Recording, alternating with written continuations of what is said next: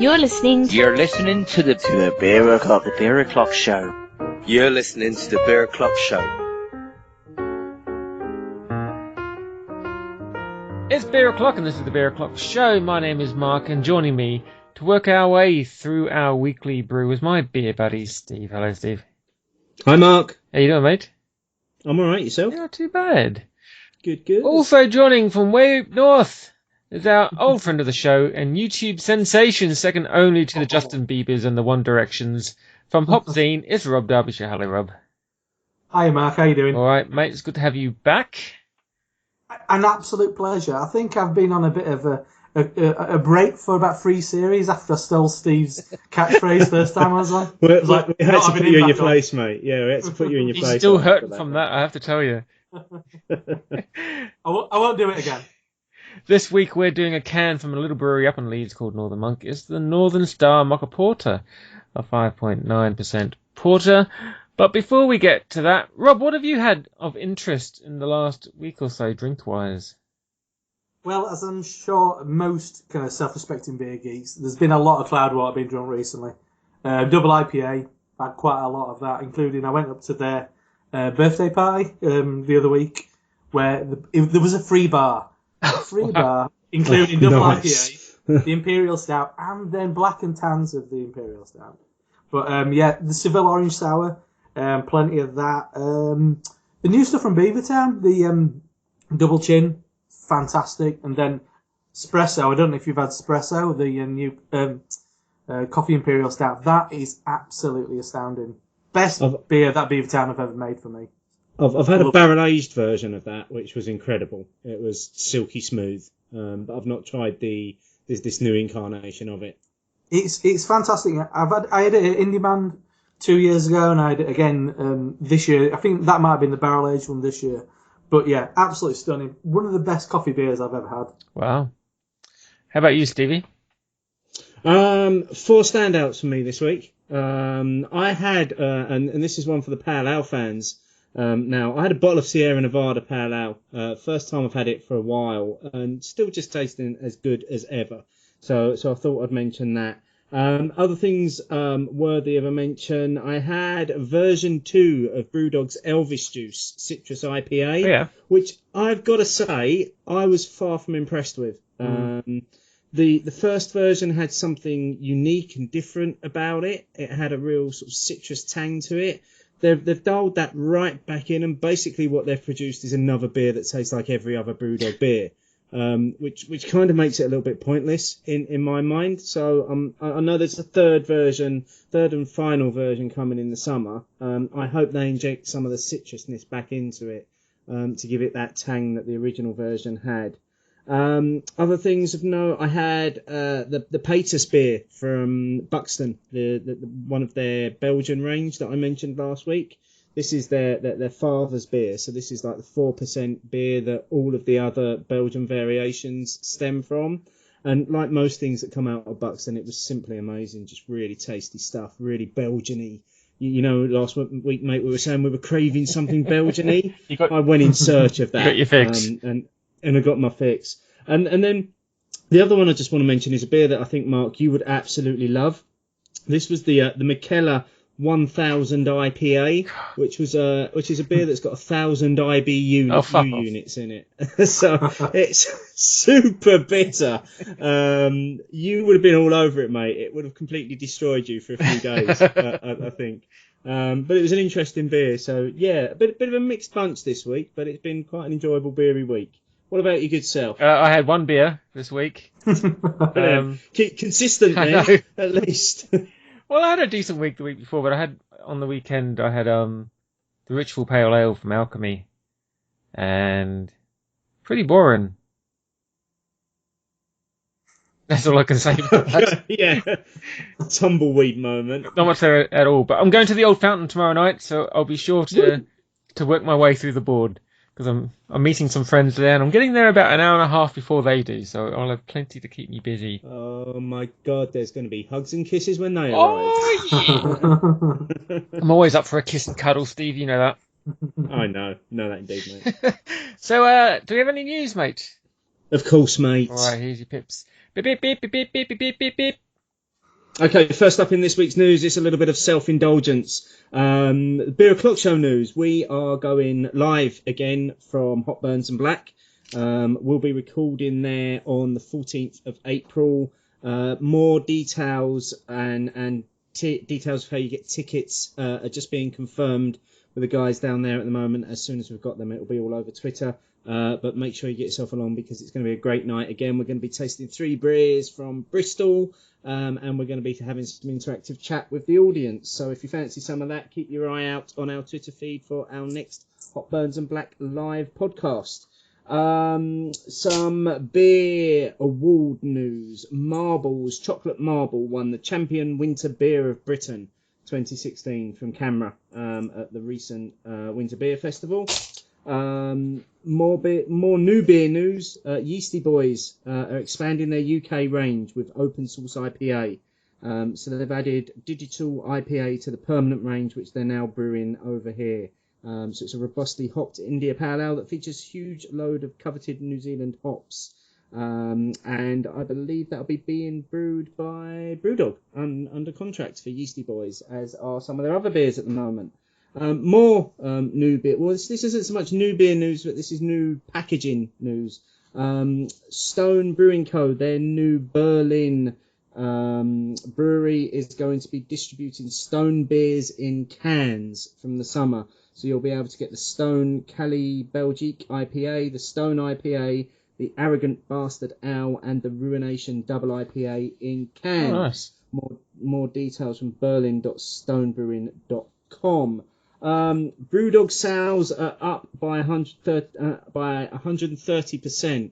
Now, I wouldn't say that's due to the release of the new Elvis juice, but apparently their sales have rocketed during 2015, and they've now declared themselves the #1 craft brewery in the UK. I imagine they'll soon be outgrowing their own definition of craft. That ends this week's news. Very good. Well, let's get into this week's beer. As I said at the top of the show, it is Northern Star Mocha Porter, 5.9% from Northern Monk, Open Leeds, in a can. In a can. So, look at that pouring out. Oh, that looks lovely. I think I'm right in saying this was the UK's first porter in a can. Rob might correct me on that, but I'm pretty sure. Fuller's have canned London Porter, but I've never seen it available in England. I know it were available in Ireland, but never in England for some reason. Okay. So, and I think it is because we've got an interview coming up at the end with Russell and Tyler from Northern Monk, and they talk about, I'm pretty sure they talk about this being one of the first UK porters in a can as well. So make sure you hang around to the end of tonight's show, because they'll give you the lowdown on the beer, the background, the history to it, everything, as well as a little bit of information about Northern Monk, the brewery itself. Very good. Right, so this beer looks pretty smashing. It does, doesn't it? Dark as fuck. Lovely tan head on it. Good couple fingers worth as it poured out, but it's settling pretty quickly. Lovely, massive coffee notes coming off of that. It's just spilling out of the glass, the aroma of coffee. Yeah, a little bit ashy as well. I get something that reminds me of warm milk on shredded wheat. Okay. I don't, personally. I've got to pull out the irritating, kind of like wanky blogger type kind of tasting notes. That's why I'm here. Yeah, no, that's good. That's why we've not got Justin on this season, and we'll put you on instead, mate, to come up with a full scale wanker. It smells like leather wrapped around a mahogany stick. No, anyway, enough sniffing. Shall we get into it? Yeah, let's. Cheers, guys. Cheers, guys.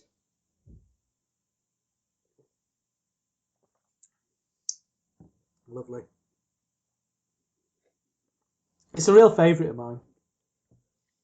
Oh, it is, isn't it? It's all in there. It's silky smooth on the mouthfeel. Yep. It's got a lovely sort of roasted, almost dark chocolate bitter finish to it. And then there's just the lacing of coffee just wrapped around it all. It's an absolutely stunning beer. It really is. Yeah, really nice, intense, kind of condensed cream thing going on. Vanilla essence as well. If you bake when you're making kind of like vanilla cakes and stuff like that, they're really intense vanilla essences. I've got that going on in there. So saying that, I think this would go amazing in a batch of my brownies that I do. This would really work with the other flavours going on in that brownie, and would really turn it into a lovely kind of coffee brownie. For me, there's also that kind of tang that you'd expect from quite a traditional porter. I mean, porter's not changed a hell of a lot in a long period of time, but this, obviously, of the more kind of new school definition, where there's a lot of additional flavours that, invoke kind of coffee and chocolate, and there's obviously coffee added to this, but at the base of it is a very kind of faithful kind of porter, I'd say. Oh, absolutely, yeah. It's solid in terms of the style. The addition of the coffee, for me, just steps it up a notch. Yeah. Next to everything that's got the letters I, P, and A after it, I'd have to say that one of my next favourite styles of beer is definitely the coffee porter and the coffee stouts that you can get, because I think the flavours just work so well together. I completely agree. I don't drink coffee, but I love coffee flavoured things. This has always been a strong favourite of mine from Northern Monk. They do a porter. I think it's called Chennai, and they do a straight up porter. I don't know how much they do it now, because I think this has been so massively popular. I think coffee beers kind of reach out to people who don't really like beer. It's because it's like, well, do you like coffee? Yeah, I love coffee. Have a go on this. It's got a hint. Yeah. It's got a hint of the novelty and a hint of the exotic about it when you put coffee into a beer. I think it opens it up to a few, people are more willing to try it just to say coffee in a beer. I've got to give that a go. It'd be nice if this had a little bit more of the chocolate in it, but I'm loving the smokiness. I love porters that have a really defined smokiness to them. And this is coming through. It's not overwhelmingly smoky, but it's got that kind of residual aroma as you're drinking. It's coming up, and as you say, the bitterness from that coffee is just cutting through it really nicely. Really smooth, as you said, Rob. Well, it does actually, if you look on the ingredients, it does have cocoa powder in it. And lactose as well, and oats. So it's actually an oatmeal, milk, coffee, chocolate stout. They couldn't fit that on the can, obviously. Exactly. They've pretty much thrown everything at it, haven't they? Yeah, and it's a collaboration as well, isn't it, with the local coffee roasters from Leeds. So North Star Coffee Roasters provide the coffee that goes into this beer to make it a proper northern collaboration. And if you ever go to Leeds and you've not been to the Northern Monk Brewery before, pop along, because they've got a lovely bar upstairs. All of their beers, I think, on tap there. Yeah, there's always a good selection. It's fantastic space. It's just a little bit away from the kind of the city centre, but so you've got to be dedicated to make a bit of a journey down there. It's like a 10-minute walk there, isn't it? It's not that far. Yeah. It's exactly. It's the way back to the hotel after spending the night at the Northern Monk, but that 10-minute walk might be a bit treacherous. I can vouch for that. Mind the canals as well. Yeah. But it's absolutely worth making the trip, because the facility, the building that they're in, is absolutely stunning. It couldn't be a better venue. And again, I do chat to the guys in the interview at the end about that. So do make sure you check that interview out, because it is a really good one with Northern Monk. Yeah, what I love, because that was our first stop on our Leeds crawl before Christmas. It was like we made the trek out there, and it's a standalone building, and it's just like you walk up to it and you just see it against the dark sky, and it's like, oh, Northern Monk, we have arrived. Yes, we are in you. It's actually next to a gym as well, so you kind of like, as you walk into the brewery, you've got to go past all these people doing, like, tipping over tractor tyres and stuff, and outside I feel slightly guilty sometimes, but then you actually get inside and go, nah, I think I made the right decision. And it's one of these places as well that because they've got the brewery on the ground floor, the minute you open the door and walk in, you just get a waft of hops. Mm-hmm. Just smacks you in the face, and it's just like, oh, I'm home, I've arrived. So what other beers do Northern Star put out, Rob, that you're a particular fan of? Northern Monk, you mean? Sorry, Northern Monk, yeah. Well, what I always come back to is Faith. I think that's is that a single hop Citra Pale Ale? I think that's an absolute cracking beer, and I think Steve definitely had it when we were there at Crimbo Crawl. He initially made a decision to, I think a friend bought him a beer, and it was one of the beers that they had on at that time, which was didn't use hops. So Steve's first beer of the day had no hops, and he was like, "What on earth are you doing?" I think somebody was out pulling my chain on that occasion with that one. That's for sure. Yeah. So Faith, absolutely. Stranic, the Imperial Stout's always exciting when it appears. And one what came out recently, which kind of took, I think, a lot of people by surprise, including myself. They did a beer with a metal band called Opeth. I mean, as people may know, I've got a YouTube channel, and I posted this about 2 months ago. That's the most popular video I've ever put on my channel, because I mean, I didn't realise who this band were and how important they were. Oh, yeah. How popular they were. Opeth are massive. I had no idea. So I'm in the video going, oh well, it's not really my kind of music, and but I understand they're kind of like a prog metal band. And then I'm getting a load of comments going, yeah, blah blah blah. It was, I have a respectable amount of views, but within the first 3 hours of that posting that video, I think I had about 2,000 Nice. 2,000 views. Wow. Yeah, it was mental. I loved it, and it was a lovely beer. I was going to say, the question is the beer any good? Because I've got a bottle of that tucked away that I'm leaving to age for a little bit. It's very good. Yeah, and I don't know if there's many beer traders out there. I mean, I've kind of hung around on the fringes of that kind of behaviour. It's hard as an English beer geek to have kind of collateral to trade with Americans, but that is one beer that is like gold dust. There you go, Steve. You can sit on that. There you go. One of their other ones that I've been really impressed with recently was that they put out a beer called Northern Industry, which was a Cascadian beer, dark ale, which is basically a black IPA, which was exactly everything I look for in an IPA. So it was really hoppy, really piney, with just a hint of roastedness in it. But the great thing about this beer that they put out, under the cap on the bottle, there's a code that allows you to download an 11-track sampler CD of some new and up and coming bands from the area, wow. which I think it's just great that they're reaching out and they're doing collaborations outside of the industry that promote local talent as well. And I just think Northern Monk seems to be one of these breweries that are just quietly going about their business. They're producing really good beers, they're doing really good things, and they always seem to get missed out of the hype machine.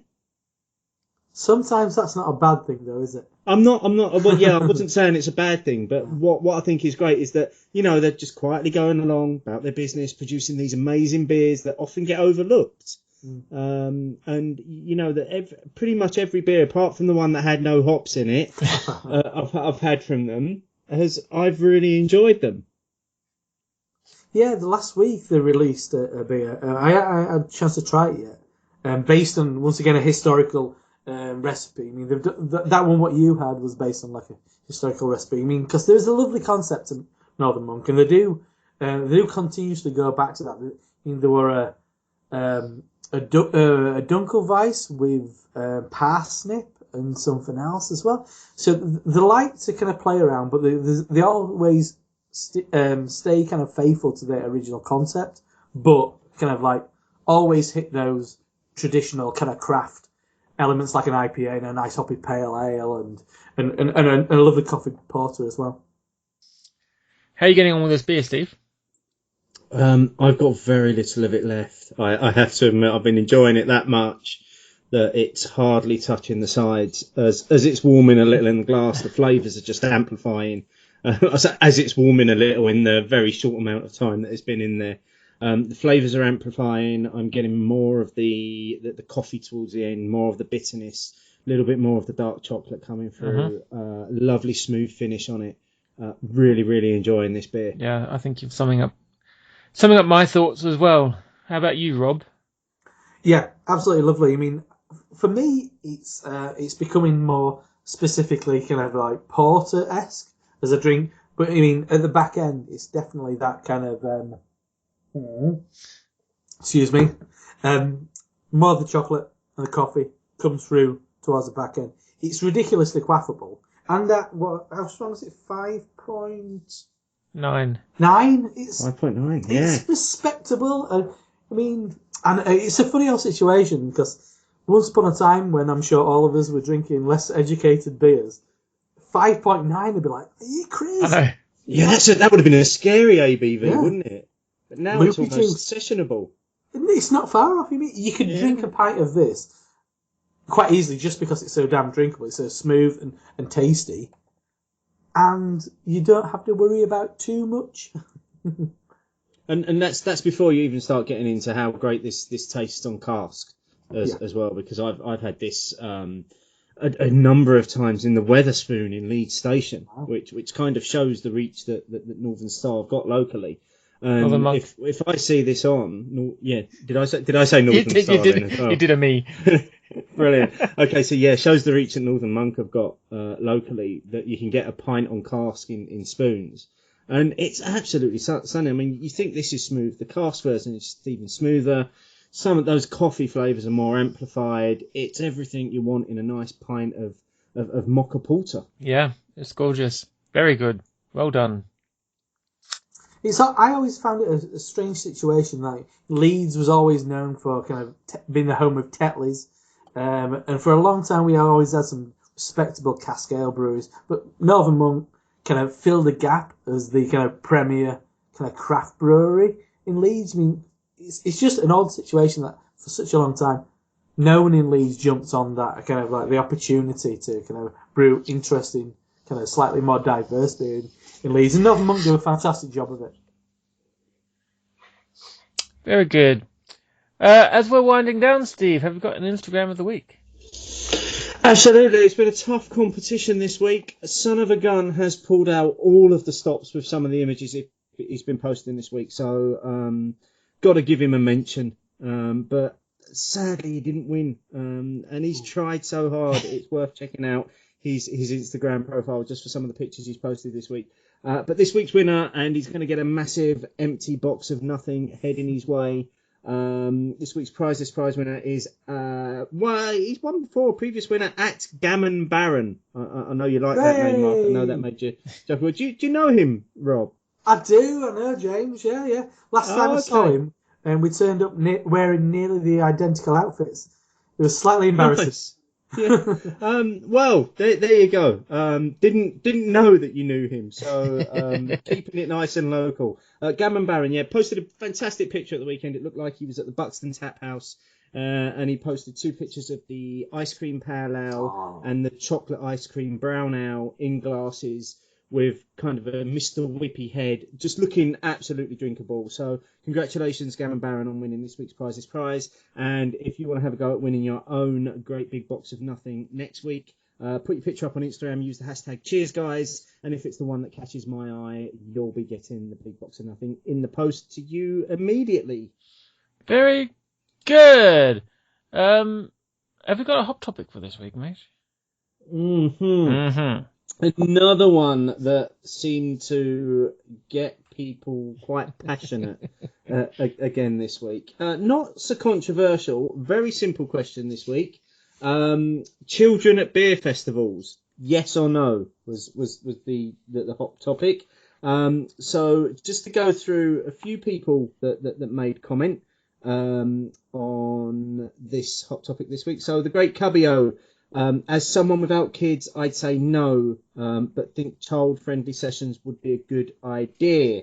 Martin Oates said, depends on the festival time of day and above all, how the parents look after their children. Paul Grant at Can I Get a P? Depends on how the festival is set up. But in Scotland, the law is a fat no on that one. So that's interesting, that particular point of view. David Martin, we let kids into ours before about 6:30.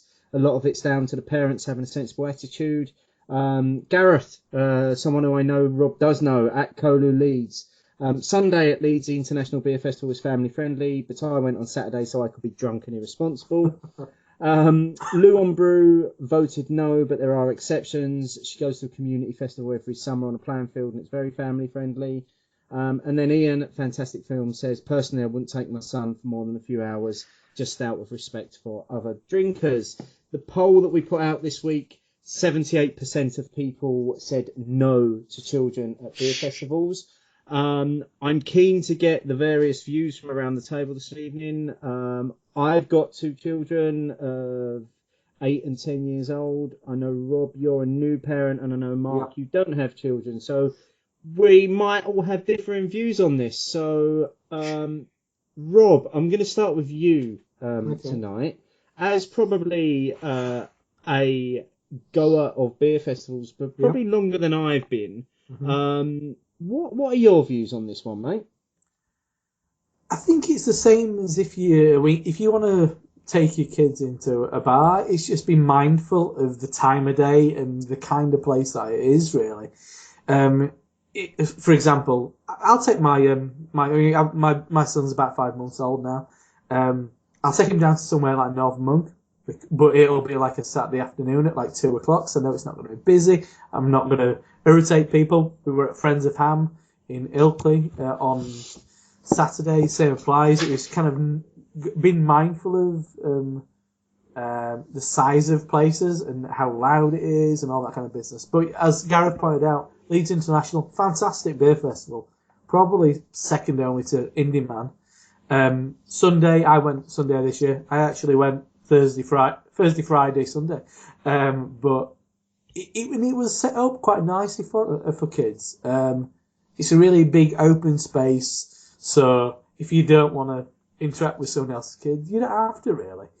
But if you go into like a busy camera festival in a municipal hall, well, for starters, they're not going to be that safe, and they're not going to enjoy it, and their lack of enjoyment will probably increase someone else's lack of not enjoying it as well. So it's just being considerate in it, really. Yeah. Yeah, I think that's a key thing. It is being considerate for others. Mark, let's get your kind of view on this before I sort of chime in with my opinions on this one.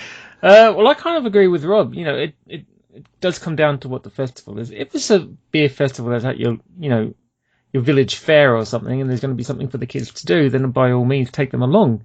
But you're not going to take them to the Great British Beer Festival because there's fuck all else to do there apart from feed them up on food.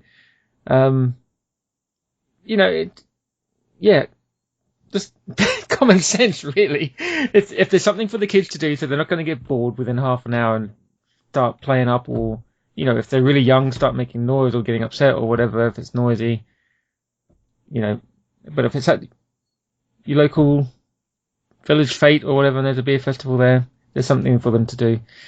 It's like taking them anywhere, isn't it? Just because there's beer there doesn't mean they shouldn't be there, but be sensible. There you go. That was quite reasonable for me. Yeah, no, it was very reasonable for you, and I don't think I'm going to say anything different from what you guys have both said. I mean, the reason why I posed this question this week was because when I was over in Ireland a couple of weeks ago at the All Tech Festival, there were quite a few kids at that, and there was one point where there were a few of them were literally chasing around playing tag. And now I was a bit like, really, one of the things that I didn't like about the All Tech Festival was that the festival glassware wasn't glass, it was plastic. I don't know whether that was because of licensing restrictions in the venue, but I was kind of thinking, watching these kids tear around, if I actually had a glass of beer in my hand and one of them ran into me, that's not only them smashing their face or head on the glass, which is potentially going to cause them some harm, but more importantly, it's my beer that's gone, and it's potentially all over them and over the floor. So yeah, I think for me, I'm on the side of no, but if you are going to take them, have some consideration for others, and just make sure you're not just taking them and then letting them run wild while you're getting tanked up. But yeah, again, another great hot topic this week. We're still taking views on this. If you want to share that, just share your view on Twitter, use hashtag hot topic, and there'll be another one along next week for you to get involved in. Cool. Now, before we wind up, Rob, what's going on with HopZine lately, mate? Well, I keep churning out my pretty much daily videos on YouTube. Not writing a lot. I mean, it's tricky. I mean, but I guess it's where your kind of interest lies. I'm on Periscope quite a lot. I mean, I know Steve's kind of dabbled in a bit of Periscope, and he joined me on I think it was on Friday night when I was it was Friday night when I did the review of the Cloudwater Double IPA. Yeah.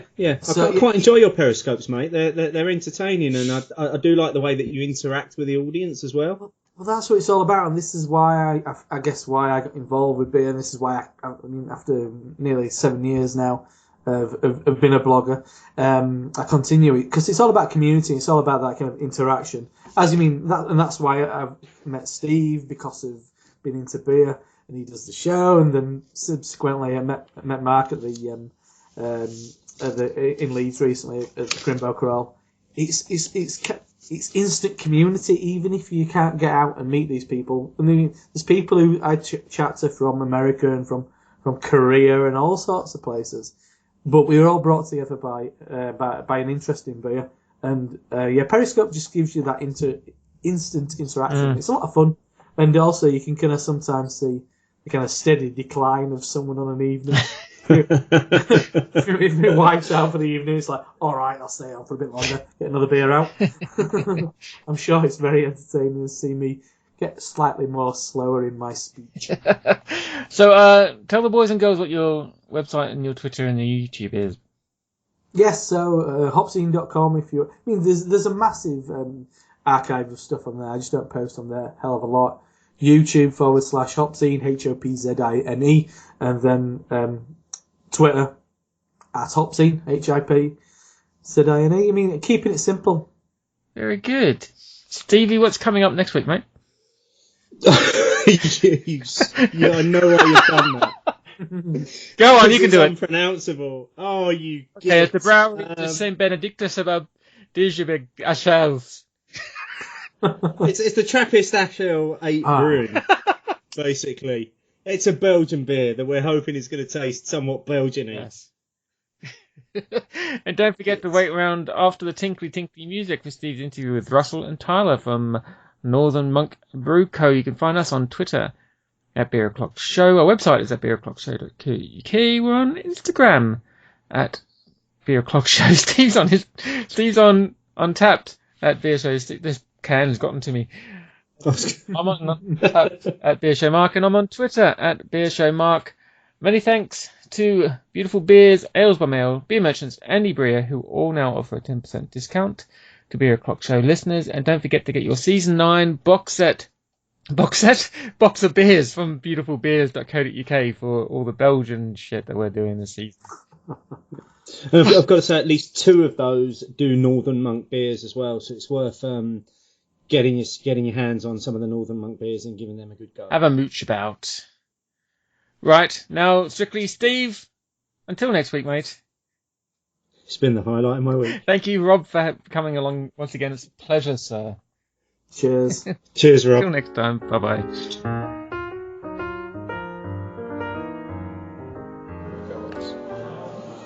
It's Beer O'Clock and I'm with Russell and Tyler from Northern Monk Brew Co. chatting about this week's feature beer, the Northern Star Mocha Porter. Guys, welcome to the show. Cheers.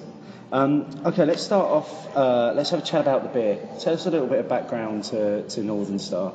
So I think for us, when we were deciding on which beers we were going to put in can, we had to make some difficult choices. We really wanted to put a dark beer in can, but we were quite aware of the fact that Dark Arch is one of our favourite kind of very hop forward dark beers in our range. Shares very similar hop profile as Eternal and New World. So we decided to look at how we could get around that, really.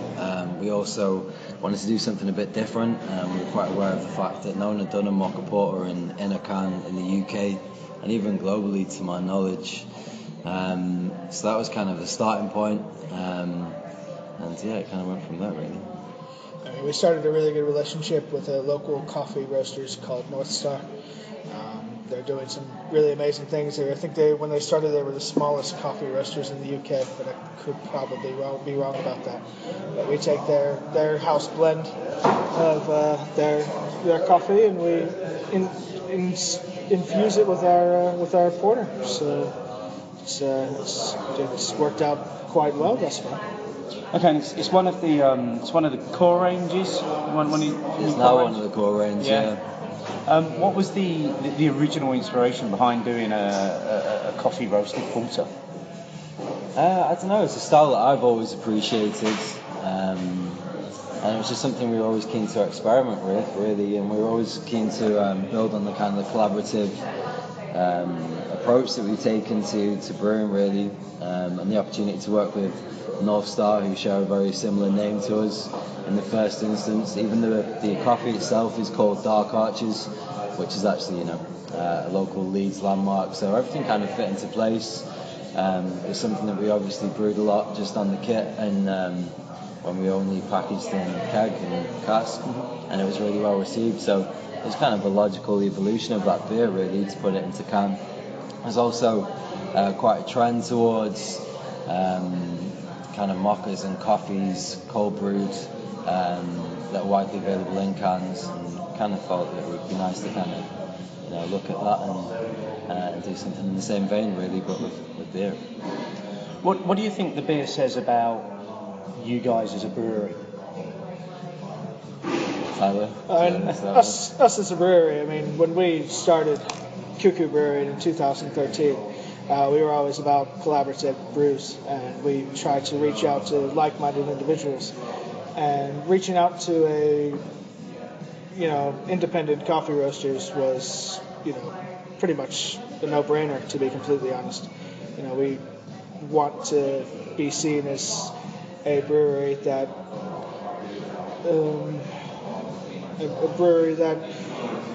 respects other independent people, independent businesses. We don't want to be the big guy, basically. Yeah. So you mentioned that you started brewing in 2013, so that's not too long ago, really. No, really. You've come on quite a way in that time. So yeah, tell us the history of Northern Monk. So basically, Northern Monk, the idea for Northern Monk was first conceived back in 2008. I entered a young entrepreneurs business competition and did really well with a former colleague. At the time, there was kind of a real staid image, beer in the UK in particular. And I felt there was kind of an opportunity for someone to make more forward-thinking beers and also to present them in a more forward-thinking and dynamic way. Roll on 5 years, and I kind of focused on my day job, and I got the opportunity in 2013. My granny did downsize the property and release some equity, and all the grandchildren got £5,000. So I kind of set out with my £5,000, which quickly snowballed into kind of £20,000, and we were cookie brewing with that. But even whilst we were cookie brewing, I mean, we probably actually in reality cookie brewed 4 times. Our volumes were next to nothing, and we never thought we could really achieve the level of quality that we wanted to using a cookie brewing model. So we started to kind of call upon friends in the industry, and we worked with the likes of Hopcraft, Weird Beards, Blackjack, Saltaire, Atom. We worked all over the UK, really, and that was a great opportunity for us to kind of collaborate with other people, but also to produce beer with people that we knew had a vested interest in the finished product as well, because there's only so much kind of control you can have over a beer when you are cookie brewing, and particularly with the kind of brewers that have the spare capacity to cookie brew in the UK. Not always got the best attention to detail, I think is a nice way to say it, maybe. So just talk to me about the range of beers that you offer. You've got a fairly solid core range of your beers, and you've got specials that go around that, seasonals. Yeah. So some amazing huge bottles come out every now and again of stuff that you're trying. Where does all that come from? We're like a non-stop ideas factory around here. I don't think there's there's never a shortage of ideas. We draw inspiration from people that we have been inspired by. I mean, the Barrel Age project came from the likes of Bourbon County, Goose Island, the eternal came from the likes of the U.S. style session IPAs that were popping up. I mean, it's just inspiration for creation is good. And obviously there's a few of your beers in cans now. Mocha Porter is one of them, plus the other two sort of like session IPA and the IPA that we're doing. Any more plans for anything else to go into cans? Yeah, we've got big plans for the cans. So we received today we've just got a generic can printed that we're going to label over the top of for kind of some more limited release stuff. So you can expect to see Eternal Darkness, which if you know our range well, you might guess is going to be like a session black IPA. We're going to get Dark Arches in cans, which I think is the beer that we're probably most excited about at the brewery, about getting into cans. It's one of our personal favourites. We'll also tackle 822, our double IPA again. When we released it last year, we were really, really happy with how it was in keg, but we bottle conditioned all the bottle release. And I think any kind of big double IPA, you want to drink it as fresh as possible. With the bottle conditioned beers, it kind of took a couple of weeks to carb up enough, so we really wanted just to get it straight out into the market, and we can do that using the canning process. So those will go into can. We're also going to work with Bunderbust and Drew Millward, a local illustrator, on doing something a bit special, which will hopefully form a part of our permanent can range too. So there's a lot going on. And you've got a new beer that launched a week or so ago, Rapscallion. Tell us about that.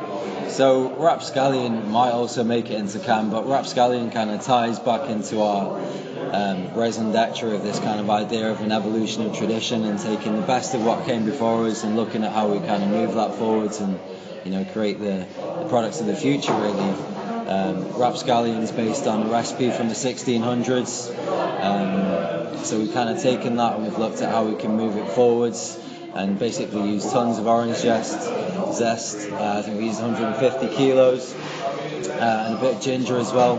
For us also, we have to accept that we just haven't got access to the kind of hops that we want to really, and moving forwards we don't expect that situation to improve much, so we're looking at how we can utilise other ingredients and look at all the beer styles, and moving forwards we're going to play around with yeast and things like that a little bit more, just to try and kind of limit the impact of the hop shortages. So Rapscallion will form part of that. We're launching it across probably almost every good beer bar in Leeds on the 18th. But yeah, we're really stoked about that. So I look forward to trying that one in some format. Let's talk about the space where we're sitting in now, which is kind of the home of Northern Monk, the refectory. Yeah. For the people that haven't been here, it's a stunning space. You've got your brewery downstairs, tap room in the middle, and then you've got a fantastic event space upstairs. What was the decision behind claiming this as the home of Northern Monk? I spent probably 6 months looking across the north of England, really looking for somewhere that would house the brewery. We always wanted to find a building that reflected our kind of northern roots, and we also wanted somewhere that was accessible enough to have quite a significant tap room. And when we found this place, it was kind of dilapidated. It hadn't been used for a couple of years. All the kind of interior original features were covered up, plasterboarded up. The Yorkshire stone flag floor was covered up, and so we gradually kind of brought it back to life, really. And it's honestly an honour and a privilege to kind of be able to work from such an amazing space. It does have its limitations. It's a listed building, so we've now got 12 vessels downstairs, and rather than kind of increase capacity and go up to like 30 barrel, 40 barrel FVs, we just have to keep on pumping out more and more 10 barrel FVs because our ceiling height kind of means that we can't do anything about that. But we wouldn't change it for the world, really. And you know, we get to give kind of people an interaction with the company and our ethos and what we're about on a daily basis. You talk about Meet the Brewers, it's kind of a constant Meet the Brewer here. We're always about, and people can kind of always come in and ask us questions. We've got 20 beers on tap, and yeah, we're really pleased with what we've kind of achieved with the ambience and the feel of the place too. Yeah, I will absolutely agree with that. It's just got a lovely feel to it. It's a great space just to sit and enjoy really great beer. what about the future? What's next for Northern Monk? Where are you going next? What's next? Well, 2016 is going to be the year of the monk, so we're going to... You've already decided that. It was decided in January 1st of this year. We had really good Christmas. You know, had a lot of ideas laid down on paper, and 2016 is going to see us go from, 10 countries around the world to hopefully 26. So export's going to be big, but not forgetting Yorkshire. We need to keep our beer in Yorkshire and make sure that our Yorkshire brethren are taken care of. In terms of the beer styles, I think, like I say, we're going to get a bit more experimental with yeasts and barrel aging, and we're really keen. We've just done our first kind of goza, and we'd like to expand on that. We did a rosemary focaccia sourdough goes, and it was really well received. We'll get a bit more experimental in the brew house. I think we're kind of finding our feet now, and we're going to make some tweaks to some of our core range, like New World IPAs, kind of. It'll always be a labour of love, like the core IPA in our range, because we're all kind of hopheads at heart, and that will continue evolving. And we think we found quite an interesting yeast strain that should really pump that up and take it to that next level, along with our double IPAs.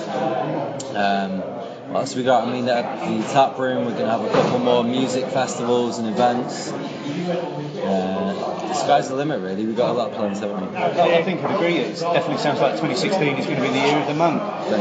Hopefully. Where do people go to find out more? They can go to our website, www.northernmonkbrewco.com. The usual kind of Twitter handles, which is NMBco, Instagram, which is Northern Monk Brew Co, and Facebook, which is Northern Monk Brew Co. Or they can come to the tap room and ask for Russ or Tyler or Ads or Bry or Dave or anyone in the business. Really, we're more than happy to chat to anyone. We've got an open door policy here, and people are very welcome to come and get involved. Really. Okay, well, brilliant. Look, guys, thanks for your time. Really appreciate you giving up some time today to chat to us. No worries. And good luck for 2016. Cheers. Thank you. Appreciate it.